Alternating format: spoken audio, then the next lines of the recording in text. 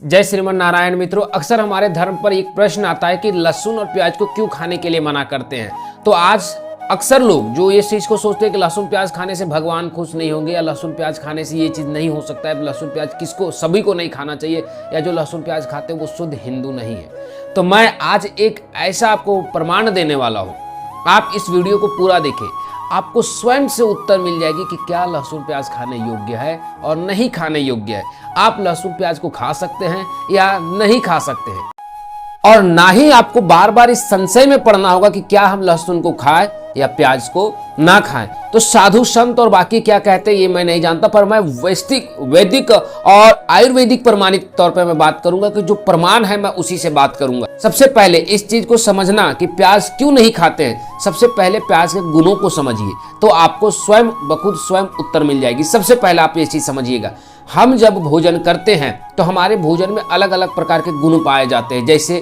हम कहते हैं ना कि किसी में प्रोटीन है, किसी में कैल्शियम है, किसी में विटामिन है, किसी में विटामिन ए है, किसी में विटामिन बी है, किसी में बेरी रोग को ठीक करने वाला विटामिन बी है, यानी सैकड़ों प्रकार का, किसी में जिंक है, किसी में आयरन है। हम ऐसे सैकड़ों चीज को जानते हैं कि हर भोजन में अलग अलग चीज पाया जाता है। जैसे दूध में कैल्शियम है, फिर आपका दाल में प्रोटीन है, इस प्रकार के हम चीज़ों को जानते हैं। किसी चीज़ में विटामिन है। तो इन चीज़ों को जब हम पढ़ते हैं तो हमने तीन चीज़ों को, हमने इसे कई गुणों को तो देखा। उस भोजन का दूसरा रूप ये भी होता है कि भोजन ठंड और गर्म भी होता है। हमारे धर्म में ये भी बताया गया है कि कौन सा भोजन ठंड होता है, कौन सा भोजन गर्म होता है। जैसे आप सुने होंगे कि हमारे घर के पूर्वज कहते हैं कि फल वगैरह को रात में नहीं खाया जाता है, क्योंकि फल जो है वो ठंडी करती है और रात में पेट के लिए हानिकारक है।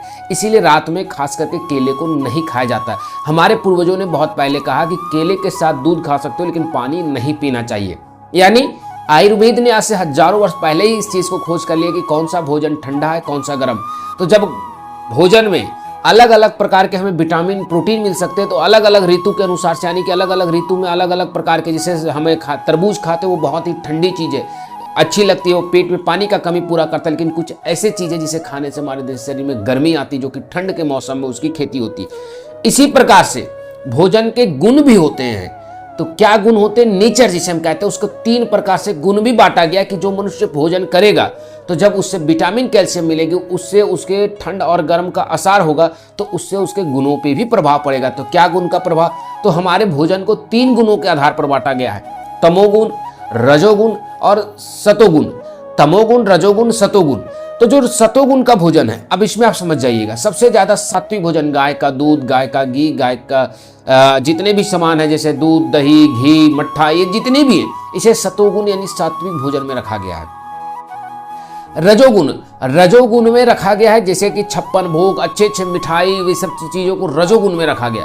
उसी तरह तमोगुण के भी कुछ चीजें होती हैं, जिसमें प्याज और लहसुन को घोर तमोगुणी भोजन कहा गया नहीं।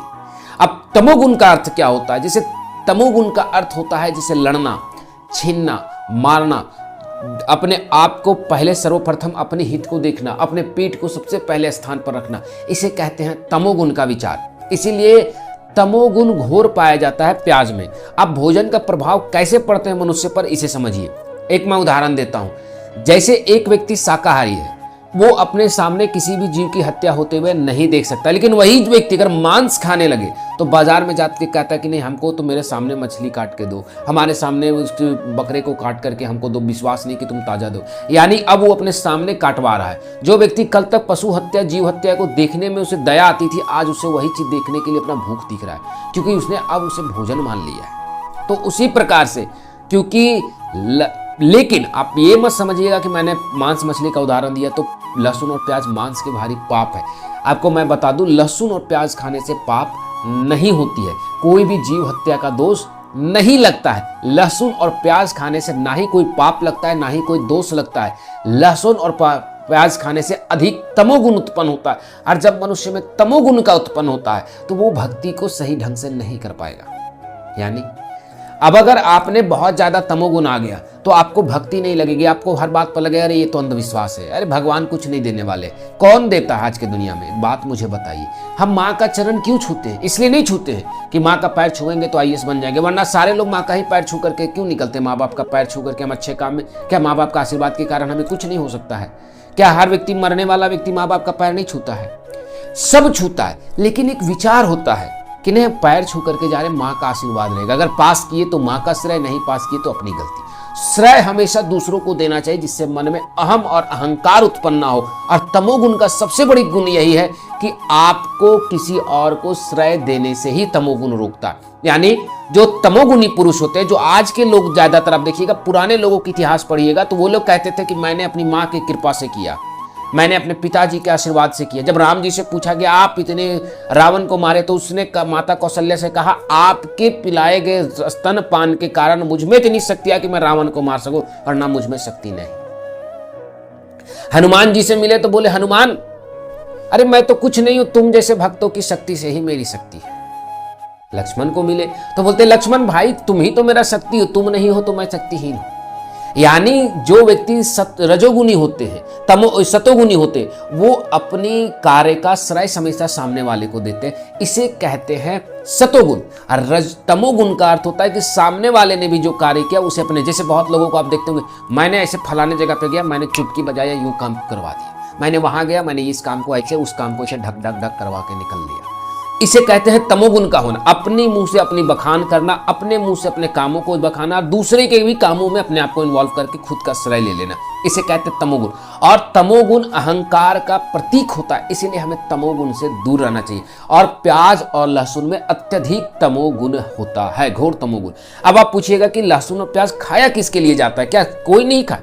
नहीं, लहसुन और प्याज किसके लिए वर्जित है? ऐसे लोगों के लिए जो भगवत भक्त है, जो भगवान की भक्ति नहीं करना चाहते, भगवान की भक्ति करते हैं, जो परमात्मा के परम भक्त हो, जो ठाकुर जी की सेवा करते हैं, उन लोगों को इस चीजों की सेवा नहीं करना चाहिए। दूसरी बात, जो व्यक्ति ब्राह्मण हो, ब्रह्मचार्य का पालन करता हो, जो व्यक्ति धर्म का अनुयायी करता हो, जो व्यक्ति सत्ता में हो, जो व्यक्ति दूसरे के लिए जीता हो, जो व्यक्ति साधु सन्यासी हो, उस व्यक्ति को मांस और मछली के साथ साथ इन चीजों का भी सेवन नहीं करना चाहिए। किस चीज का? लहसुन और प्याज। साथ ही साथ मित्रों, आर्मी में जो है, जिसे डिफेंस सेना कहते हैं, उसके लिए प्याज बहुत अनिवार्य है, क्योंकि प्याज में ऐसे औषधीय गुण दिया गया है, और खास करके लहसुन में, जिससे आपकी हड्डियां मजबूत होती, टूटी फूटी हड्डियां जल्द जुड़ती है। इसीलिए आर्मी को तो लहसुन और प्याज खाना अनिवार्य है। इसीलिए हिंदू धर्म के अनुसार से अगर आप पुरानी कथाओं को, कई ऐसे पुस्तकों में वर्णन आता है कि जो क्षत्रिय होते थे वो पहले से ही प्याज को खाते थे। वैसे शूद्र और क्षत्रिय तीनों प्राणी, तीनों लोग लहसुन और प्याज को खाते थे। इसीलिए इस चीज पर निफिक्र रहिए कि हमें क्या खाना चाहिए और क्या नहीं। बस आप इतना मान लीजिए कि लहसुन प्याज जो है, अब आप स्वयं डिसीजन कर लीजिए, आप स्वयं यह निर्णय कीजिए कि आपको लहसुन प्याज खाना उचित है या अनुचित है। क्या लहसुन प्याज अच्छा है या बुरा है? मैंने आपको समझा दिया कि लहसुन और प्याज क्यों नहीं खाना चाहिए। अब आप क्या करते हैं? तमोगुणी प्रवृत्ति को सही मानते हैं, सतोगुणी को सही मानते हैं, तो आप अपने अनुसार से निर्णय लीजिए। धन्यवाद दोस्तों, जय श्री कृष्ण।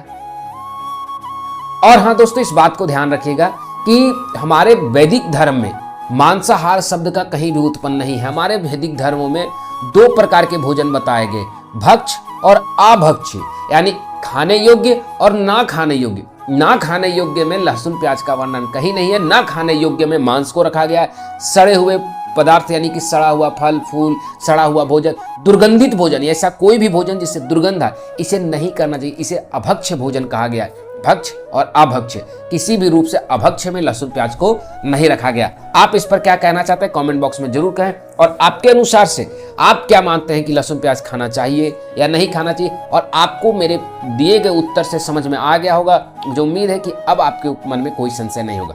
तो मैं चलता हूं दोस्तों। जय श्रीमन नारायण, राधे श्याम। अगर अब भी आपके मन में कोई धर्म से लेकर के, हमारे धार्मिक शास्त्रों से लेकर के या सनातन से कोई भी संबंध जुड़ा हुआ हो जो आपके मन में संशय उत्पन्न कर, तो कमेंट बॉक्स में जरूर बताएं।